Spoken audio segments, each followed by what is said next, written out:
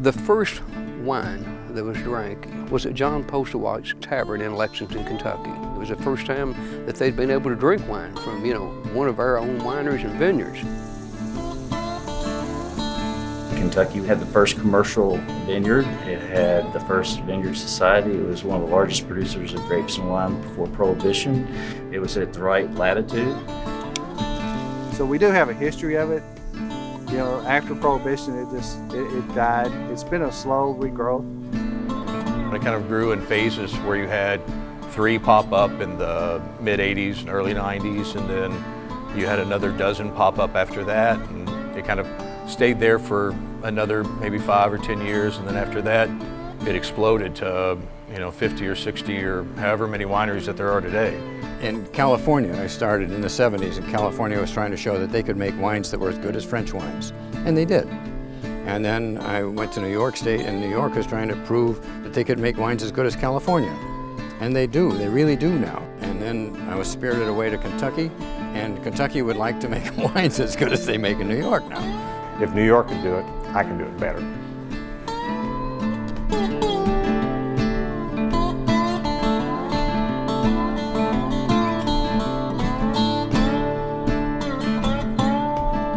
When I inherited this farm from my family, it was about at that transition point when the traditional crops in Kentucky, tobacco, were basically going out, and we were encouraged by the Kentucky Department of Agriculture to look for alternative crops.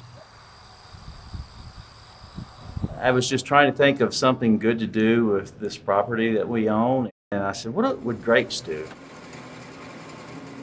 Peggy asked me to join her at a wine tasting. Well, she and I looked at each other and said, hey, they're growing grapes in northern Kentucky.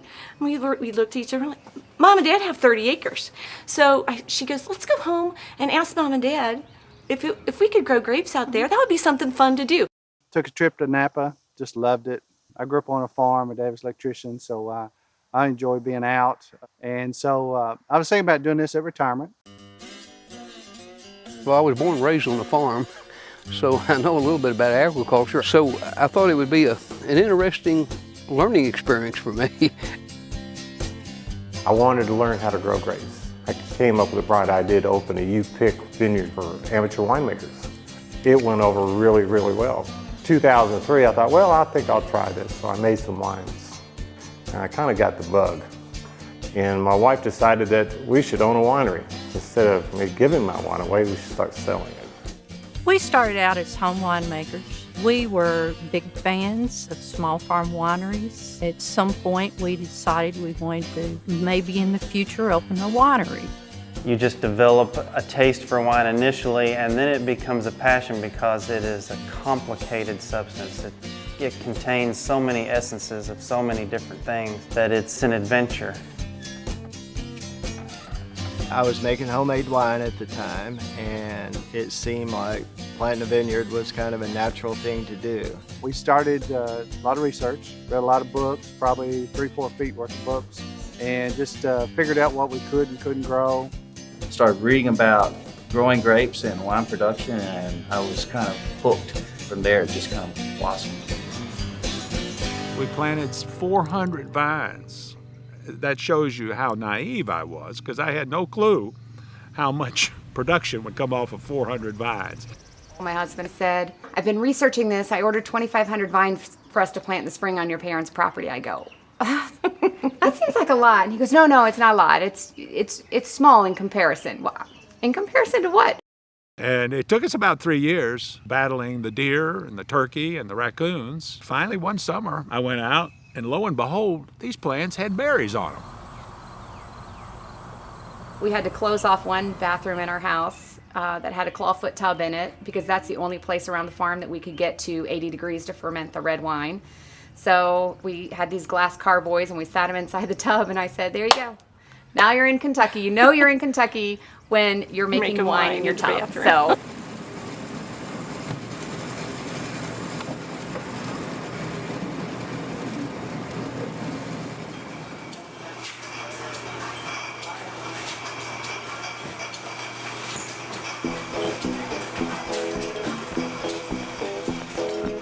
It feels so weird to say 20 years. When we first moved here, we knew very little about Kentucky wine and growing grapes in this part of the world.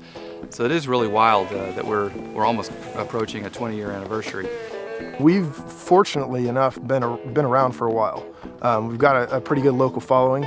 I've been able to be a part of Kentucky's wine industry for the last 11 years, and what I've seen is phenomenal. I mean, the change is unbelievable. Every year when I'm looking at statistics, I'm seeing where there's more grapes being put out, there's more wine being made, and there's more wineries. So we have 70 wineries now. We're producing on the order of 120 to 150,000 cases a year. The technology is so much better now. The education levels are so much better now that the wines have really gotten a lot better. We're miles ahead of where we used to be. This year we're going to top out a little over 4,000 cases in sales. I'm getting pretty close to where I want to be. We started with 700 cases, and in 8 years we've gone to 4,000. That's pretty good growth. To be successful as a winery, to me, means you can give up the day job. Historically, if you produce 3,000 cases and sell 3,000 cases a year, you can make enough money to give up the day job. Our business is expanding. We're adding new lines to our brand all the time to keep it fresh. We're probably in the 7,000 to 7,500 case total production, and we've come a long way. We've networked a lot. We have stores in Corbin, Somerset, Richmond, and I guess the liquor barns in Lexington and Louisville. So when people come out, they get the chance to, not only taste the wines, but really experience the whole part of being in the vineyard. Our big event for the summer is called Art in the Vineyards. We have about 30 to 35 craftspeople and artists here. Murder mystery dinners, a couple of ladies who do paint and sips. Sip and stroke, I think, is a term that a lot of people use, where a local artist comes in and leads a painting class, and of course they get to sip on some white buck wine. People that attend that really like that. We just started with regular music about every other Saturday. We're having it from 4 to 7 on, sometimes on the patio if it's nice enough. If it's rainy, we take them inside. They also did some grape stomping. We got some fresh Concords out of the vineyard, and they did some symbolic grape stomping and got their picture made doing that. And then there were some t-shirts that we sold that had a nice big blank spot where they could put their footprints on that, stained with the grape juice, and they turned out really nice. We also have a one-bedroom suite that we rent out by the night. We took Gene Ferris and we added the food aspect to it, and so we have a fine dining restaurant. We felt that wine really belonged on the table. It needed to be experienced with food. The experience of food and friends with that not only makes the evening enjoyable, but it also heightens the experience of the wine. We teamed up with the Bernstein family, who owns B&B Riverboats, and we do river cruises, sunset wine cruises. The lodge is a facility that we use in conjunction with the winery for weddings, receptions, overnights, this sort of thing. We have a wedding almost every other week. We do a lot of charity events. We'll get anywhere from 100 to 400 people come in. We've gone from maybe 10 or 11 weddings a year. This year we're doing 24. We started the Backroads Wine Trail. There was 5 wineries, now there's 6 involved, and it's been great for all the wineries involved. I would have never dreamed that, people would be coming to Kentucky just to do the wine trail, but we see that now quite often, actually. I'm amazed, really, at the people that come here and what they say. It came a long way in the last 20 years that we've been here. The future of the industry is only upwards. Right now we're roughly 150,000 cases in sales per year, and it just keeps going up because every winery that's having any successes is trying to expand by more than 10% per year. We're coming up as an industry, though. We've made, I think, headway in the last decade. A lot more to be done, but Kentucky wine really is kind of taking its place beside racehorses and bourbon, I think, in the state of Kentucky.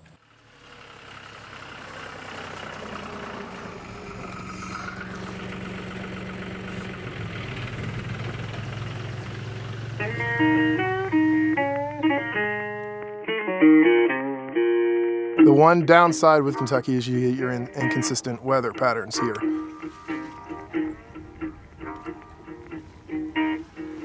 The challenges are, of course, moisture.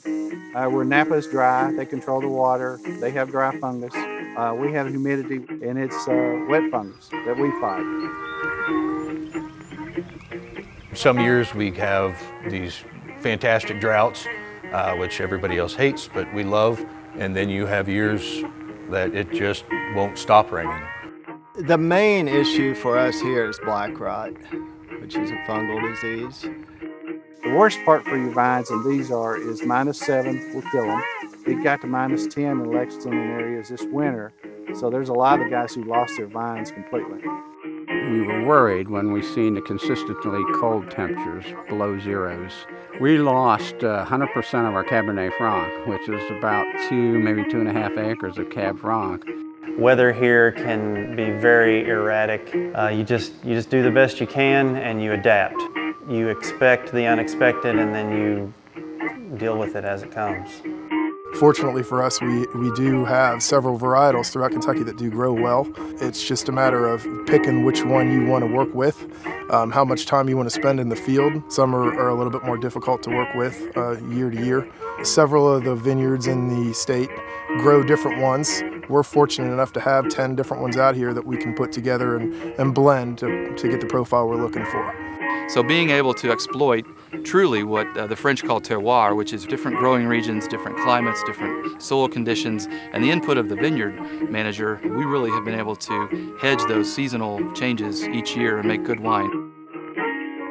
The amount of work it takes to make a glass of wine is unbelievable. People come out and help us and they're going, I never had a clue what was involved in getting that into the bottle.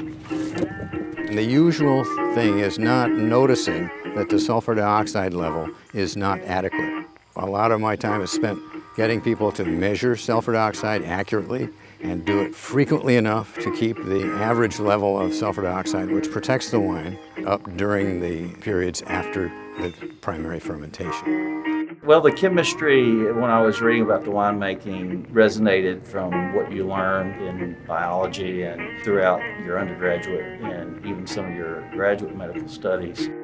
You can't just fill these things up and go away for months on end. You've got to check them. They've got to be checked, they've got to be topped so that we don't have headspace in there growing things that we don't want, imparting flavors in the wines. The second thing is getting people to know about the need for yeast nutrients to let the yeast finish off without making bad tastes or smells. I'm a big stickler for chemistry. We need to get better at the science of what we're doing. When that happens, the quality is just going to get better. They're actually a lot better, and we have people that now know how to avoid the mistakes. That's the biggest thing, is avoiding them. Fixing them is doable, but it's much better to avoid them. The biggest challenge, I think, is educational. Kentucky has a long history of being a dry state. So the biggest challenge that I had in setting up here was educating first the people that I wanted to vote in favor of a winery, and then secondly, the broader community. You know, we grow Chamberson, Foch, Seyval Blanc, Vidal Blanc. A lot of people are not familiar with those wines or those grapes. A big part of the challenge is educating those people. They assume, since it's made in Kentucky, it's not a Merlot, that they're not going to like it. It's not going to be a good wine. Sometimes you just have to work through preconceived notions, I suppose.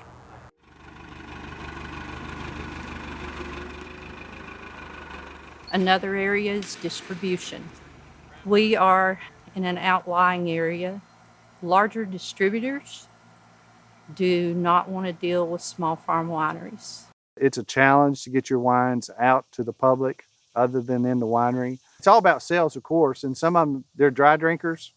So if you make a sweet wine, they don't think it'll sell. Some of the guys, they feel that don't produce enough, so they like a steady production of the product. Some of it, they feel a quality issue. I mean, we're small volume producers, and if you have to pay a distributor, you can't make ends meet. So, any help that can be brought forth through legislation would be greatly appreciated, because I think there is great potential. We need to get back into supporting the growers. I kind of like to see the subsidies flow down to the growers and encourage more growers to get going in this business. If we don't have enough people producing grapes, we're going to have a hard time becoming a destination. We need support from the public. We need support from our agencies of government that are involved in agriculture, because we can't do this by ourselves. Everywhere it's developed was not wine country at one time, but it can become wine country. There's the perfect rolling hills, and there's the hard-working people of Kentucky. Well, I think this is a good time to be a part of it because we're on the upswing and there's a lot of change that'll be coming over the course of the next 5 years, but we've got a lot of good people. I'm glad to be part of it right now because there's so much that's going to happen over the course of the next 4 years. To be a part of the growth is huge. I love this because I feel like I'm in on a ground floor of what someday will be a major industry. I see it actually as a growth industry for Kentucky. Rural economic development. That what I'm doing is going to impact everybody in this community. They say you get anywhere from $3 to $7 to the community from every dollar sales at the winery. And that's ancillary sales like to your restaurants, your gas stations, your shopping. Wine sales have an interesting multiplier in terms of benefit to the state. People say, well, if you sell $1,000 worth of wine, there's an 8-time multiplier in terms of income to the state. So if we go to 200,000 cases, which we probably will do in the next 5 years, then the economic impact because of tourism and all the tourism benefits would be a factor of 8. And that's very healthy. It's nice to have a little variety, something a little different, try to create some more jobs, and a place for people to go and relax.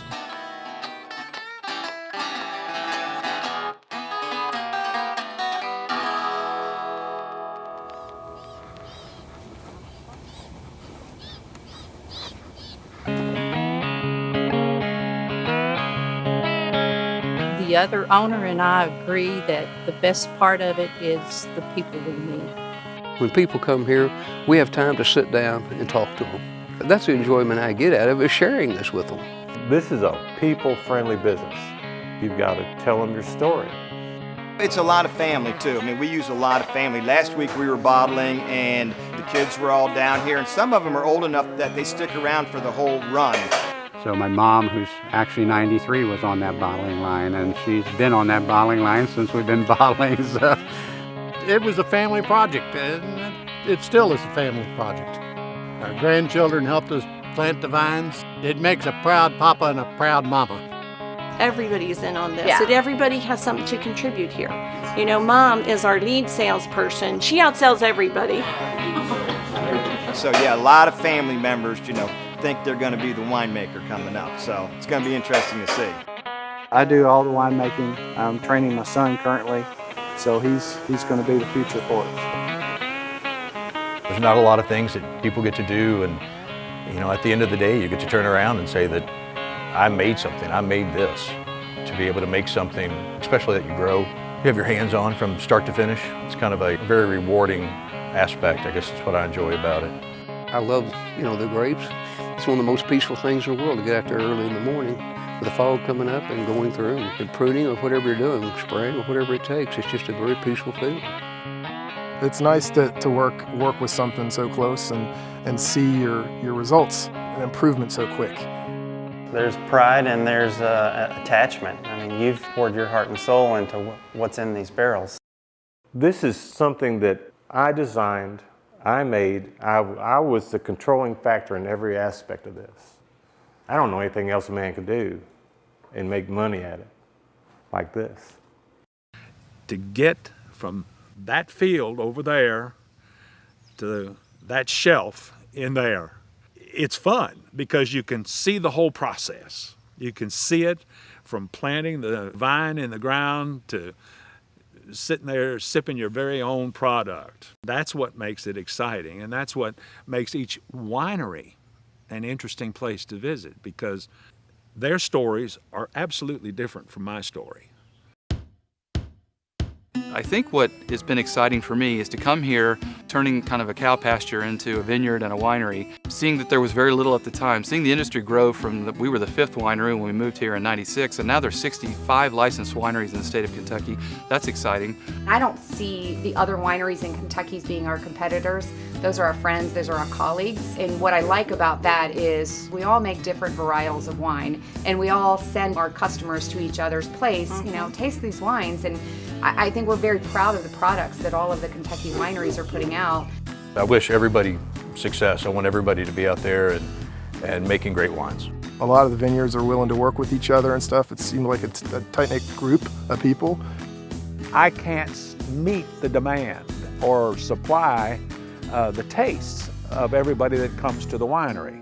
So I have worked with other small farm wineries, and this allows me to offer people a whole range of different wines, because these wineries are all making excellent wines, in my opinion. So I can supply to the guests that come to this winery a wide range of different wines that are all Kentucky made here, and promote those wineries as well as mine.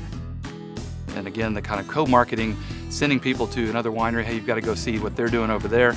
We do a lot of that here, and I know a lot of the other wineries do. Our customers tell us so. And the state's been really helpful putting together some marketing information for us to hand out to customers when they come in to see us. They've got a nice website to help find our vineyards and wineries, a great wine map to help find wineries all over the state, and we hand those out, as I said, and point people to vineyards around us that are within reaching distance for our other customers that day. I just did an interview with a New York Times journalist who was interested in our marketing and wholesale cost share programs that the Wine Council administers. And she was impressed on how that has helped small wineries get their brand recognition by cost sharing. And probably that's the most expensive other than the equipment. And over time, we'll see a larger number of them coming in, and hopefully more people are growing grapes and doing things the right way. We currently have 70 wineries in Kentucky.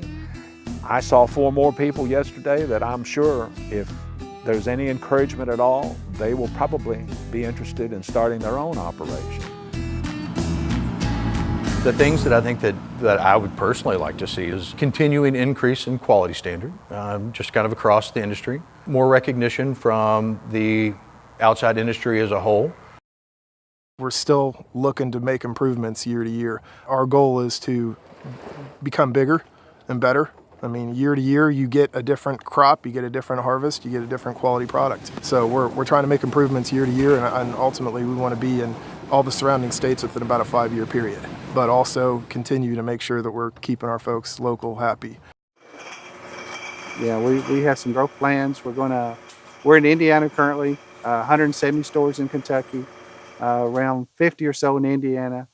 We just signed with a new distributor up there. We're in Illinois. We got about 40, 50 stores. We just signed with a new distributor. And we're going to be in Tennessee, which we think will be a very large opportunity for us. Well, we'd like to see more distribution, get into a larger market, because we're a pretty small market. And the next thing I see in the short future is doing a lot of bottling, picking of grapes, and making some wine.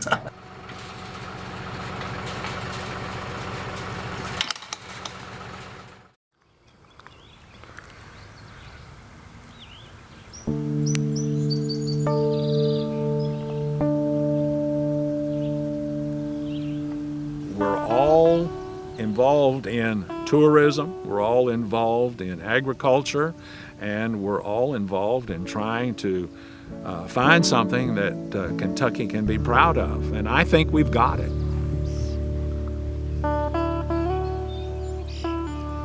I'm often asked the question, can you grow grapes in Kentucky? And the absolute answer is yes. You can grow really good grapes here and make really good wine here. I'm proud of what we've done here so far. I think the vineyard's come a long way since I've gotten in. I've got a lot of people that have been willing to help me, and I've got a great team here, and I think we're just going in the right direction right now. People in this region take a lot of pride in those wines because they're made here locally. The grapes are grown locally. The other fruits, strawberries, blueberries, peaches are grown 2 miles up the road. So I'd like for that person that comes in to see us to know that this is a 100% Kentucky product that they can be proud of and know that it's grown if it's in their state and they're from here, that it's grapes that were grown under a Kentucky sun. Reds were put in a Kentucky-made oak barrel from Kentucky oak trees. I think what a lot of people are looking for when they visit different wineries is that handcrafted, because you can go to the store and buy any wine. You want to make sure that your wine can compete with that wine. And I think that a lot of the Kentucky wines, because I don't just taste ours, I taste a lot of the Kentucky wineries, and I think that we are making a very good product, a very competitive product.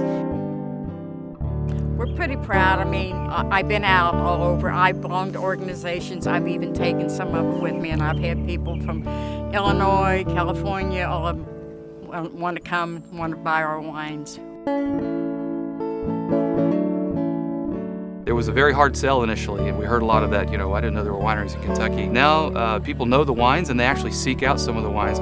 We have people who really love our Norton, and they'll come from Virginia, where Norton is kind of king, or Missouri, and they'll come here to taste the Kentucky Nortons. And I think we do a nice job with Norton as a state. We've had people in from all 50 states and from 15 to 20 other countries. South Africa, New Zealand, Ireland, England. We had a couple in from Italy. We were just like, oh my God, they're coming from Italy. They're probably not going to like anything. And they actually bought a half a dozen bottles. I think it's really impressive how Kentucky has developed itself in wine production and wine industry. And I don't know if Chris and Denise wants a new intern list next year, I don't know, but if yes, I will really tell the new intern that it's an amazing place, that they have to come. They have really to come, even if it's not California. No, it's better than California, okay?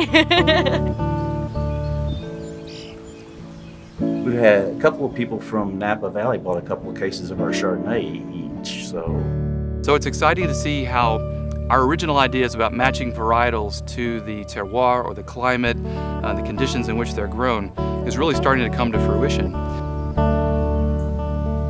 I think we're right there. Our products are as good as any place in the United States. In 10 years, I think people will be talking about coming to Kentucky for wine tastings, not instead of bourbon, but along with the bourbon.